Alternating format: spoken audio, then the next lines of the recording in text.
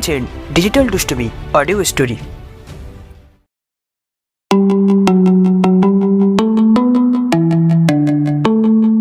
নমস্কার, ডিজিটাল দুষ্টুমিতে আজকের গল্প হলো নিহার রঞ্জন গুপ্তের লেখা আকস্মিক। নিহার রঞ্জন গুপ্ত ছিলেন একজন ভারতীয় বাঙালি লেখক। তিনি ছিলেন জনপ্রিয় রহস্য কাহিনীকার এবং চিকিৎসক। তিনি বিখ্যাত গোয়েন্দা চরিত্র কিরিটি রায়ের স্রষ্টা হিসাবে উপমহাদেশে স্মরণীয় হয়ে আছেন। এই গল্পটি নেওয়া হয়েছে বিশ্বের সেরা রহস্য গল্প বইটি থেকে। গল্পের প্রধান চরিত্র হল লেখক শচীন এবং বিভূতি। শুরু হচ্ছে আকস্মিক।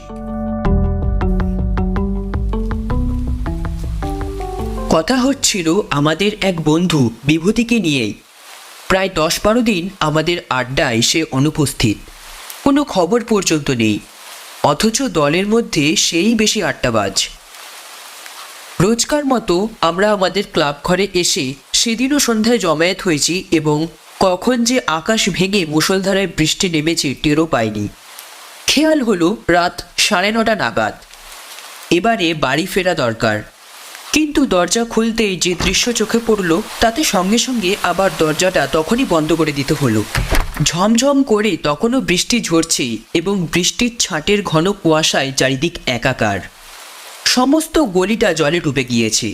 ঘরের চৌকাঠ পর্যন্ত জল থই থই করছে। সঙ্গে কারো একটা ছাতা বা ওয়াটারপ্রুফ কিছুই নেই, অথচ বের হওয়ার সঙ্গে সঙ্গেই একেবারে স্নান করে যেতে হবে। তাই সকলে আবার জাঁকিয়ে বসলাম। মোহিত বললে, বেরোনো যখন যাবেই না তখন ভূতের গল্প শোনা যাক। সরোজ, বল একটা জমাটি ভূতের গল্প। আমাদের মধ্যে বন্ধু সরোজই সাহিত্যিক। শুধু সে সাহিত্যিকই নয়, চমৎকার গল্প বলবারও ক্ষমতা তার আছে।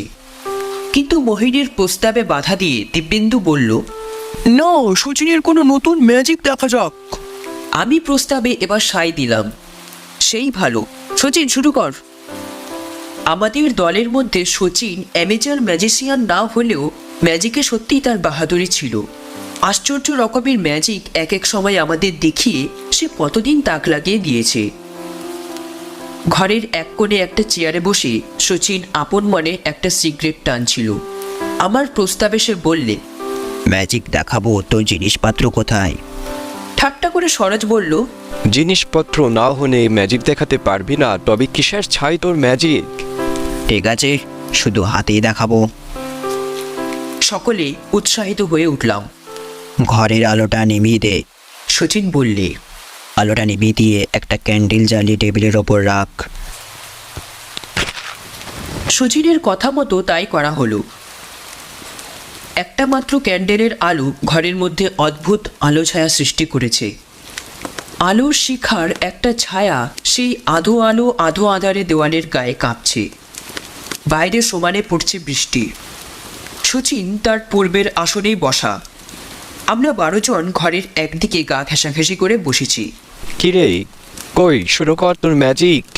সরোজ বললে, চুপ কর, কথা বলিস না, ভারী গলায় বললে শচীন। তারপর সবাই চুপচাপ।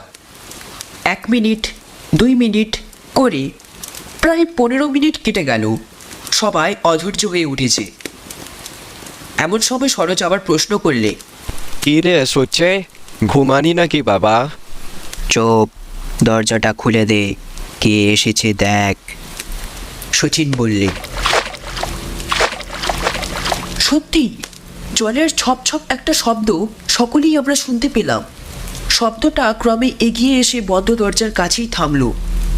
তারপর দরজার গায়ে শব্দ উঠল। কে? আবার শব্দ টুকটুক। আমি উঠে গিয়ে দরজাটা খুললাম। সঙ্গে সঙ্গে একবার বিদ্যুৎ চমকালো। সেই ক্ষণিক আলোর দীপ্তিতে দেখলাম কে যেন একজন ঠিক দোরগোড়াতেই নিঃশব্দে দাঁড়িয়ে আছে, অস্পষ্ট একটা ছায়ার মতন। কে? কিন্তু আগন্তুক আমার প্রশ্নের কোনো সাড়া দিল না।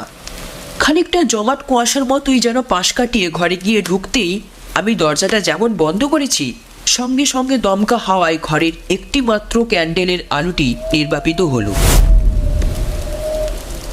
মুহূর্তে নিশ্চিদ্র অন্ধকার চারিদিকে গ্রাস করল। এবারে শচীন প্রশ্ন করল, তুমি কে? আমি বিভূতি।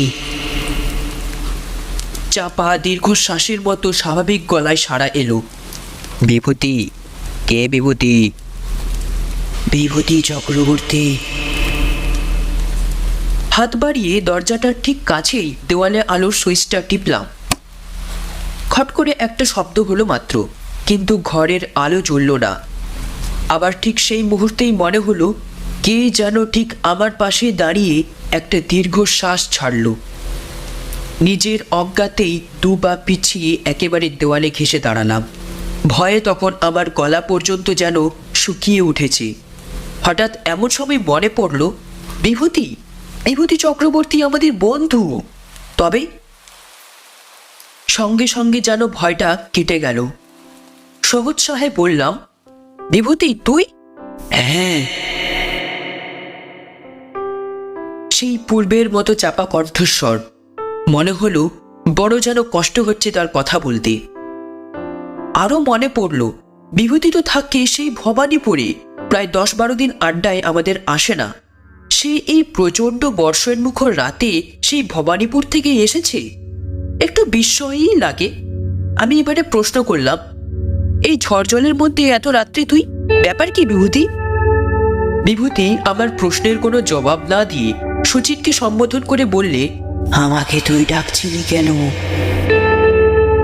প্রশ্ন করল এবার সরোজ। এই জ্বরের মধ্যে তুই এনি কি করে রে বিভু? জল? হ্যাঁ, বাইরে তো ভীষণ বৃষ্টি। তা হবে। তা হবে কি রে? চারিদিকে জল থই থই করছে না? আগেই বুঝি বের হয়েছিনি? বললে সরোজ। না তো, শচীন ডাকার সঙ্গে সঙ্গেই তো এলাম। ভিজে গেছিস তো একেবারে? না। বলে কি বিভূতি, ওর মাথা খারাপ হয়ে গেছে নাকি? হঠাৎ আবার বিভূতি বললে, আমি যাই ভাই। যাবি? কোথায় যাবি এই বৃষ্টির মধ্যে? মাথা খারাপ হলো নাকি তোর?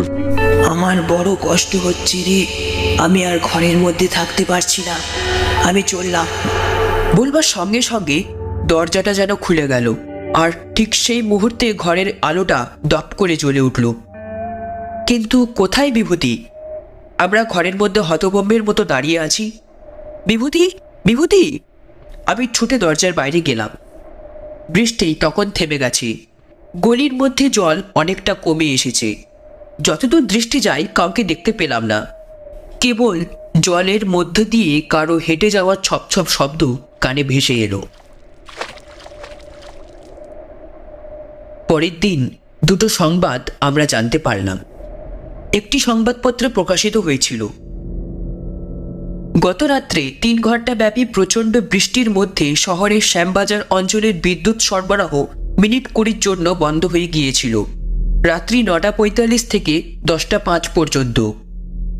আরেকটা, গত রাত্রে দিন কয়েক ভোগবার পর টাইফয়েডে আমার বন্ধু বিভূতি চক্রবর্তী রাত 9:30টায় মারা গিয়েছে।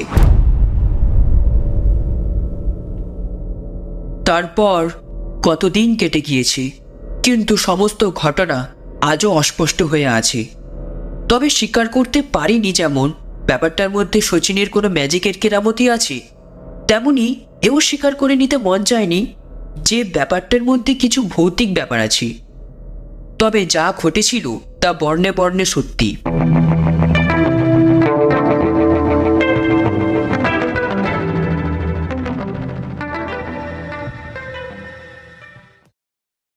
এতক্ষণ শুনছিলেন ডিজিটাল দুষ্টুমি অডিও স্টোরি। গল্পটি ভালো লাগলে একটি লাইক দেবেন এবং আমাদের চ্যানেলে নতুন হয়ে থাকলে চ্যানেলটিকে সাবস্ক্রাইব করে পাশে থাকা বেল আইকনে ক্লিক করতে অবশ্যই ভুলবেন না। আপনার সহযোগিতার জন্য ধন্যবাদ।